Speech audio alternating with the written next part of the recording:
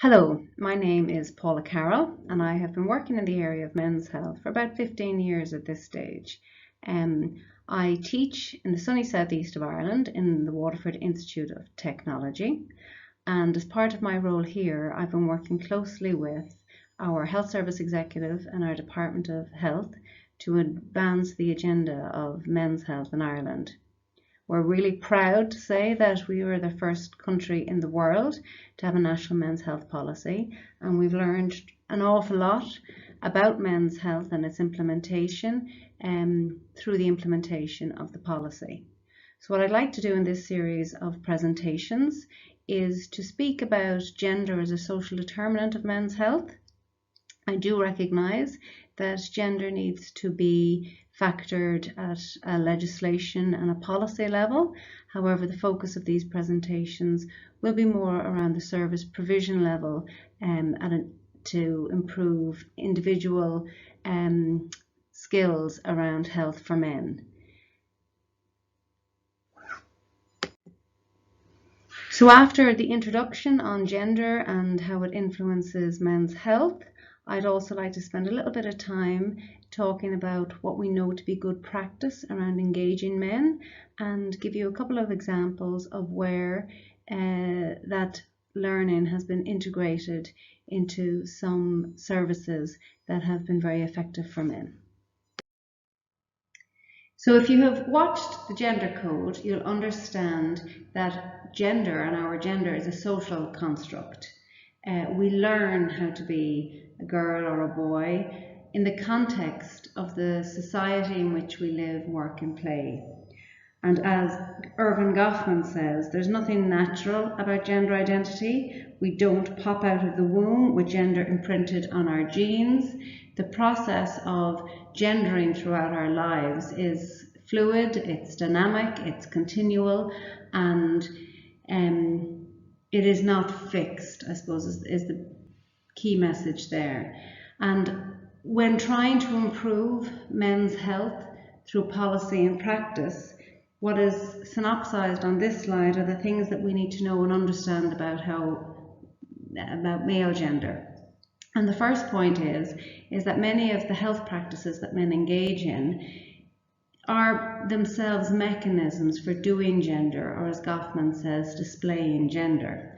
Therefore, if we want to influence those practices, we need to understand gender from a male perspective.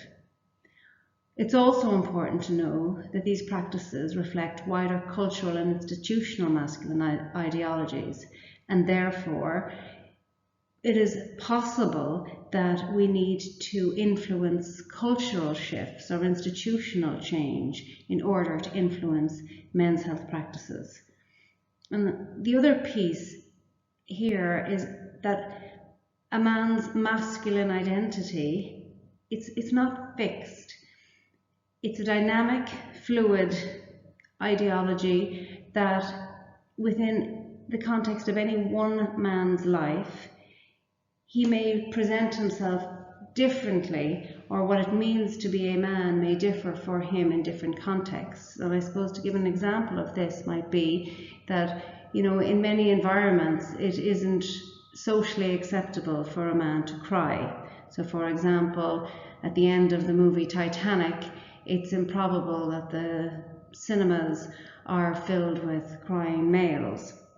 However, in a sporting context, at victories and at losses, it is not uncommon to see men express raw sadness and emotion, and in that environment, it is deemed socially acceptable in most environments. In most societies. So there is a multiplicity of masculinities, or I suppose there are many, many ways in which to be a man and display gender norms within any one society. There's also value in adopting a relational approach to gender and looking at, again, as human beings, we are social human beings, we interact with members of the same sex and members of the opposite sex, and we need to look at the culture and the relations between the individuals within a society to understand the gender process. But we also need to understand how gender interacts with other social determinants of health, such as class and ethnicity. So what might be normal for men in a lower socioeconomic class, perhaps with respect to alcohol consumption, might be deemed somewhat unacceptable for men in a higher social class with respect to the same behaviour. So there is an intersectionality between gender as a social determinant of health and the other determinants of health, all of which need to somehow inform both health policy and practice in order to improve men's health. One of the first and most significant pieces of research conducted on men's health and masculinities in Ireland was conducted by Dr. Noel Richardson. In the report entitled Getting Inside Men's Health that was published back in 2004, it gave us a real insight into what it meant to be a man in Ireland and a boy growing up in Ireland, and how young boys and young men learned gender norms within the context of Irish society and culture. And some of the things that we learned from this report was that men considered gender as something that they do rather than who they are. And in this quote by Ray, a 38-year-old man, he recalls that when he was younger, you didn't talk about things. If you were upset or down or suffering in some way, you just didn't talk. At least I didn't talk about them anyway. So for this man, when he was younger, he certainly learned that in order to be a young man in Ireland, it meant that when you were upset or down or suffering in some way, you just didn't talk. And that this in somehow was normal to being a young man in Ireland. The report also highlighted the importance of a public display of masculinity. And in this particular quote, again, an older man remembering his youth, he speaks of a fight at school, but he remembers getting hammered and the humiliation. I wasn't at all concerned that I got the crap beat out of me. It was the humiliation that went with it. My pride was completely hammered. So here we have a 47-year-old man recalling an incident that could be 3 decades earlier in his life, and he's still remembering the humiliation and the fact that his pride was hammered because he was not able to win this particular fight in a very public way. But notably, the fact that he got the crap beat out of himself, that physically in some way he was hurt at the end of this is not what mattered. What mattered was the humiliation and the fact that he wasn't able to win this fight publicly. It's also evident that for men in Ireland, and indeed elsewhere, as we know from other research, that displaying gender is often a collective practice. So as Philip, a young man of 22, says, it's who you're hanging around with. Like if there's a session happening, you don't want to miss it. Like you don't want to be the one to miss it. You don't want to be the one missing out, maybe being seen to not being up for it. This notion of being part of a group is really important for young men, and the sense of belonging.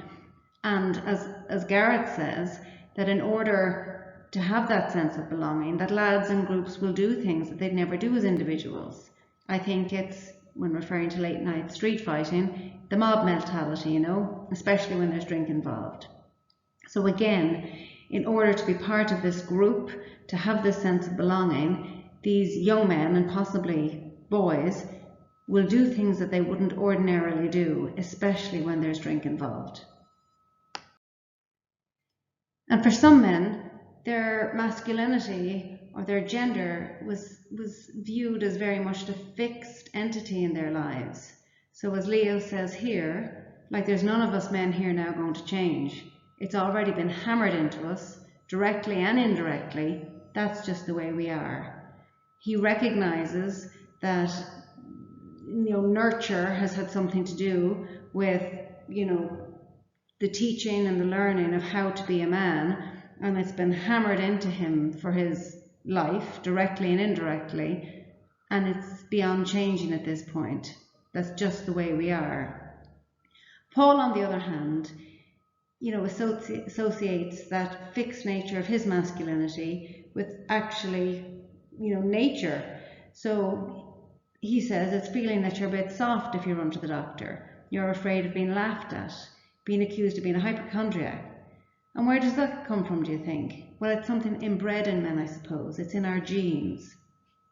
So for both of these men, while one recognises that his masculinity has been a nurtured process in his life that has been hammered into him, the other sees it quite differently, saying that it's just the way men are. We're inbred, it's in our genes, it's in our makeup.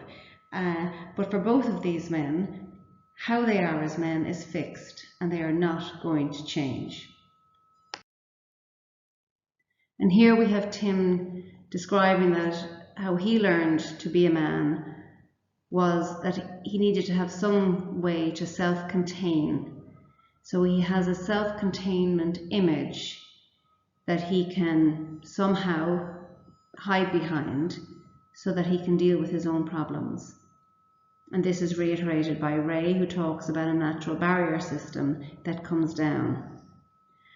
And this notion of dealing with one's own problems by oneself, of not talking, of not being concerned about physical pain or hurt, suffering in silence, is something that resonates with some of the other quotations that I've presented to you here today.